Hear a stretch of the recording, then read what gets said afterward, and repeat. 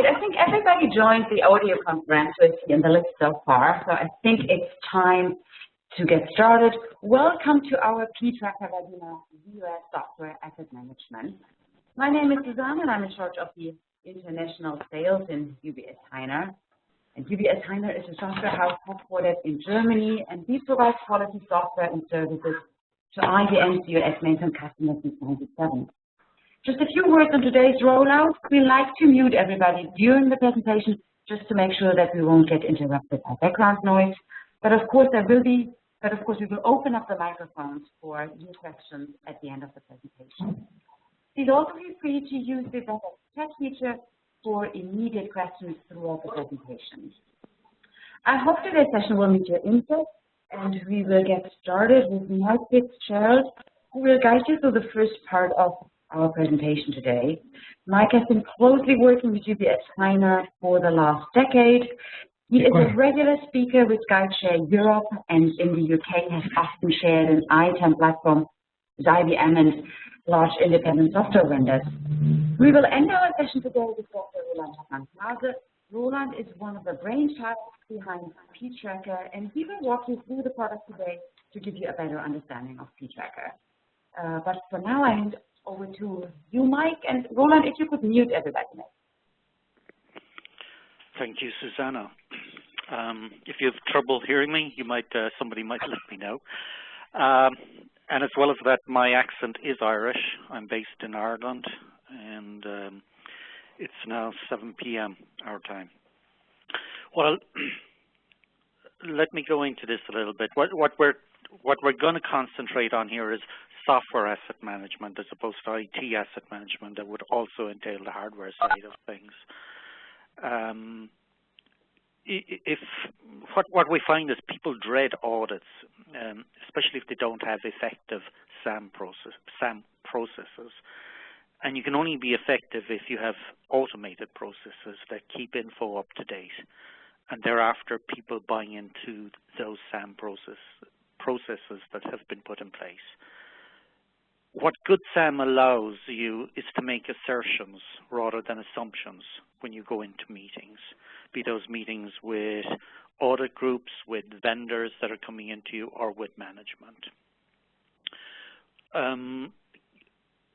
What we find is, for the most part, taking the first point here, where we're talking about software asset management, for the most part, we see that companies still make the vendors and contracts the focus of attention, as that is where the numbers and conditions for usage are defined and specified. So each year, or as a license term comes up for renewal, the procurement group normally goes back to the manager of the business unit that acquired any piece of software to ensure that they still use the software, and then prior to the maintenance or rental renewal by the sourcing procurement team, the technical teams will probably ensure compliance regarding the installation of the software. So there's quite a lot of pre-work to be done by contracts and procurement teams, the technical team, in adhering to this best practice in total cost of ownership. But good SAM practices have info at hand. So this is again coming back to the automated process. So rather than you having many people having to run off multiple reports and go through information, if something is at hand where you know readily that something is being used, not being used, it makes life a hell of a lot easier.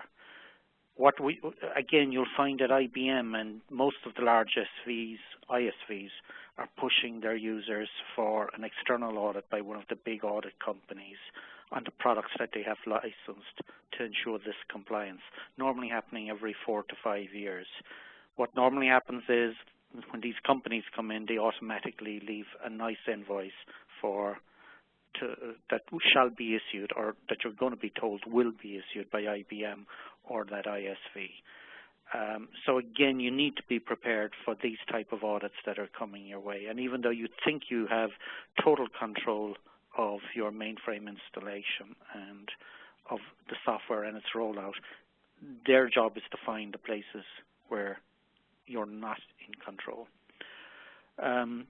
Taking the other points on this slide, software is in respect of balance sheets a fixed intangible asset, really. its value depends on how much it contributes to the success of the enterprise, frequency of usage, by what user groups, for what it's used, etc. However, you do see more and more when people do look for perpetual licenses rather than the rental, it's so that it can be applied to the balance sheet. So we even come across cases now where it's, again, going back to the lease type of arrangement, so that at the end of it, that particular product can be applied to the balance sheet. You see it more with when they're dealing with the smaller vendors. It doesn't happen with the big ones anymore, or very rarely anyway, let's put it that way. All right, so I'm going to move fairly quickly here because I want to give more time to Roland to show you exactly how the product works. But what most people are looking for is savings, and it's not just with ISVs and IBM, but also in-house. When you start, you know, you're looking, and again, this is where it comes down to a process, and when you're trying to get people to buy into it, you always look for the low-lying fruit or easy savings. And those software where you as the procurement or renewals manager can show the business units that software is rarely, if ever, used. And if they either need to cancel it or to educate their workforce in the use of the software. Now, don't forget, because something looks obsolete or that it's not being used, it doesn't mean that it's actually not being used. You have things like DR software that may only be used during tests or may be used at a DR site and therefore show up on the home site as never being used. But in fact they are, and they're an integral part of your DR. So you do need to speak with somebody when this obsolete appears on the horizon. Taking this forward, the unlicensed software. Again, it's not uncommon that software runs on the wrong machine. You wouldn't be the first person that it happened to. DR tests and other system modifications move applications around, and coming back or that way back is sometimes forgotten about. In the case of unlicensed software, which may be running inadvertently, and I state that inadvertently on the wrong LPAR, you need to stop its use immediately, more or less, or else you're going to have to pay a new license. That's at least better than having to pay high additional fees, or in this case, it could be a penalty, and penalties can be quite often more expensive than so-called published license fees. So again, this is an area. Find that area where you've got unlicensed software running on the wrong LPAR. In-house software, much bigger than a lot of people think. The last time people really took notice of how much they could save in in-house software was probably Y2K. With in-house software, it's estimated that with core systems, that production libraries, since you must allow for backup processes, will as a result increase by 5% of defunct software modules each year. So that means in a 5-year period, you have approximately 28% of modules in a library no longer being used, yet more than likely contracted for maintenance by either in-house or outsourced staff. That's quite a lot, actually, a hell of a lot. So you need to cut out that dead wood. Another point of interest is when you start looking at change management. If you start looking at these load modules, then you can also relate the link edit date back to source code libraries. Obviously, the link edit date and timestamp should be younger than the source code. So you can verify that basically that the source code you have corresponds to the load module that's in the library. This is if you don't have really good change management systems. Again, taking this forward, the bundles. You probably all have dealt with IBM and the ISVs when it comes to bundles. Vendors like to offer product packages. They claim to give this way a significant discount. But you really can't verify anything on the use of those bundles unless you've got details on each product and the usage of those products during the year.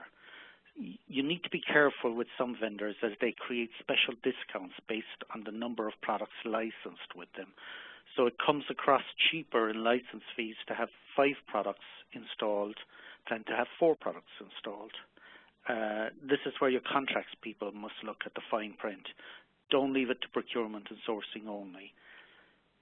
When you think about it, it's only when you want to cancel a product that an increase in a charge is highlighted. So say you're paying 100,000, you go from 5 down to 4, and now they want 120, because basically they're saying, well, you don't get the same discount level, so you've got to actually pay more. You're at a higher, the discount level is at a lower level than what it would have been if you had 5 products. So get those discounts and opt-outs documented on bundles before you get into a license on those bundle packages. The targeted swap out. Decommission of software means more than deletion of the libraries. In fact, this is probably the very last action when you're decommissioning.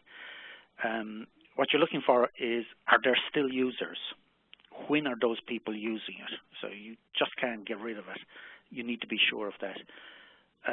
Why are they using it? Are there alternatives? So if you're going to do a swap out, there has to be an alternative. Is retraining for the replacement required? If you've already outsourced the users or the group of people that are using this, then you're going to find retraining is a huge cost factor. So you've got to give thought to that particular side of things. And then finally, can the license be cancelled? What pTracker, and this is where it starts to come in, this is where it becomes more important. pTracker reports comprehensively on the installed, already uninstalled, deleted, installed but not used, who's using it, how often, on which system and LPAR. And this is where that targeted swap out is going to be really important to you. Redundancy. This is normally something that takes place when you've done a merger. So suddenly you end up with 2 different security systems, different SMS systems, tape management systems, etc. So the question is, which one should remain? And again, this comes down to the usage as well as price on the decision that you make. Because if you've got far less users using a particular product, then it's probably easier to migrate away from it than when you have thousands or hundreds of thousands of users on a particular product. So again, the decision can be made around usage rather than just price. The upgrade, and this is in particular more in relation to a hardware upgrade. So when a renewal is due, vendors expect increases of fees because of higher CPU capacity. Let's say the CPU upgrade was only required to support the core applications on that particular LPAR. Other applications running on this LPAR don't really profit from the CPU upgrade. Hence, higher fees are probably not justified.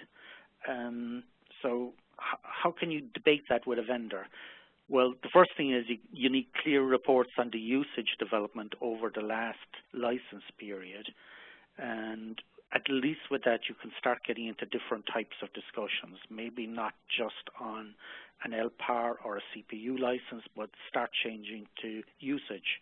You know, you've had 50 users using this product in the last year. You don't foresee that rising above 50 to 55, then maybe you should be talking about a user type license as opposed to a CPU or LPAR-based license. And if the vendor is not perceptive and rejects all proposals, then we already have all this affected user group determined and can discuss with them the alternatives.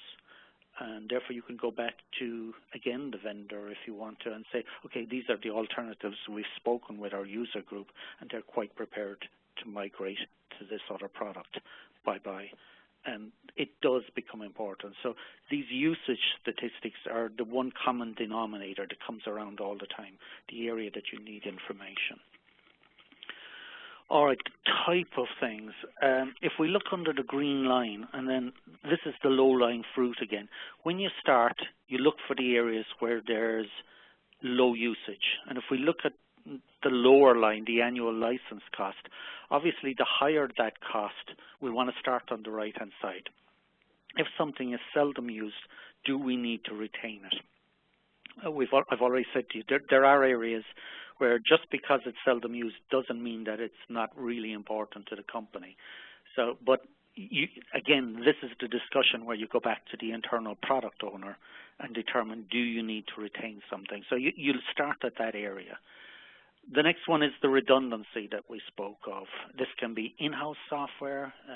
It can be something that you're migrating to another platform, or more than likely it's something in a merger where you've got multiple products. Like I said, the security could be report writers, could be even multiple versions of a particular compiler. So, or it might be that you've got a particular compiler running across multiple LPARs where you don't need it. You only need it on the development, and then you just need the runtime routines on the production. So there can be savings made in that type of area, and it's up to you to find out, you know, whether or not this is appropriate. The one that's probably of most concern to people is the non-compliant. In particular, again, if it's out on the right-hand side where the annual license cost is extremely high. And therefore, we need to find those pieces very, very quickly. And if possible, stop using them out there, put them in some place where it's not going to cost us money, or otherwise, to avoid penalties, as I stated earlier, take out a license and become compliant.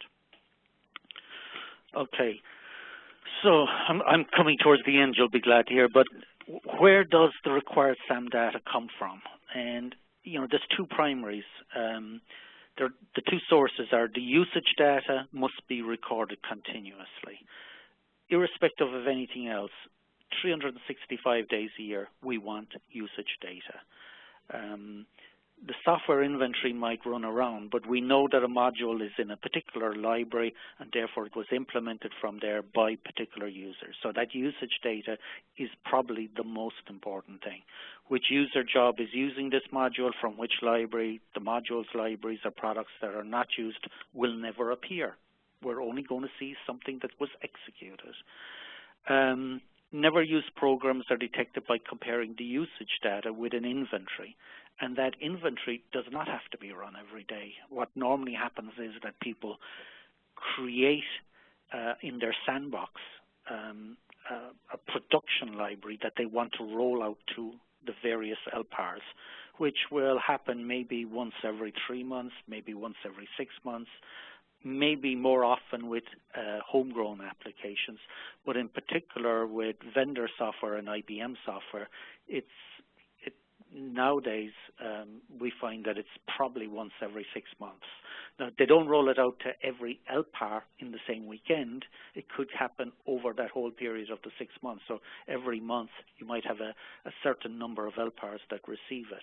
But that simply means that our inventory needs to be run on those particular LPARs as the rollout takes effect. So it's not every day that we need to do something like that.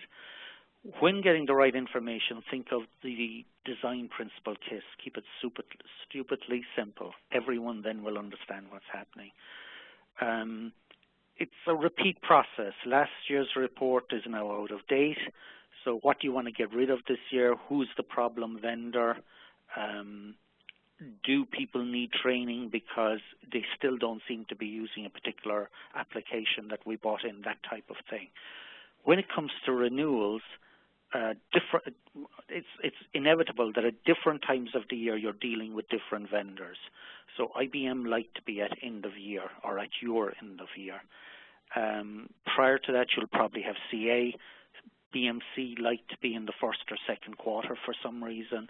And you will find that just from a management point of view, the software asset management team, the procurement, the sourcing, there's only so many days in the year. They can only deal with a certain number of vendors and contracts over a particular period.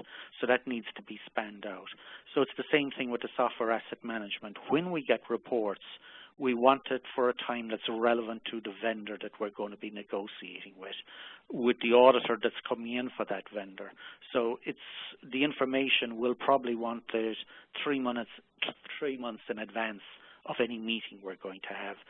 But if you have a good SAM process, you could actually get the information the day before, get the report that you need. Finally, the savings. SAM's main objective is obviously to support the commercial issues and to save you money where at all possible. But once you have collected the data, you can use them to answer other various technical questions. So you'll find that your system programmers will be using to verify change management procedures, to making sure that their rollout has been successful. Things like a single license charge, which IBM and other groups have brought in, to ensure that they've got rid of old versions of the software and that it's not installed, because with many vendors, just having it installed is enough to charge you a secondary price. So you do need to move it on, get rid of it. And that will be important. Like I said earlier, reconciling source code with load modules. And then other areas. We're not talking just about modules all the time or load modules. You'll also be looking at things like REX routines, which might be interpreter routines rather than load module routines.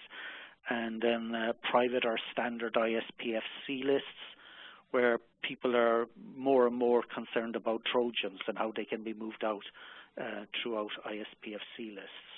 So there will be other things that you will be looking at as well. That's kind of to give you a quick introduction to the software asset management. There's lots more. There's a huge amount that you can speak about in the contractual side of things. But it's to give you a little bit of an introduction and to let you know why you need to gather this information.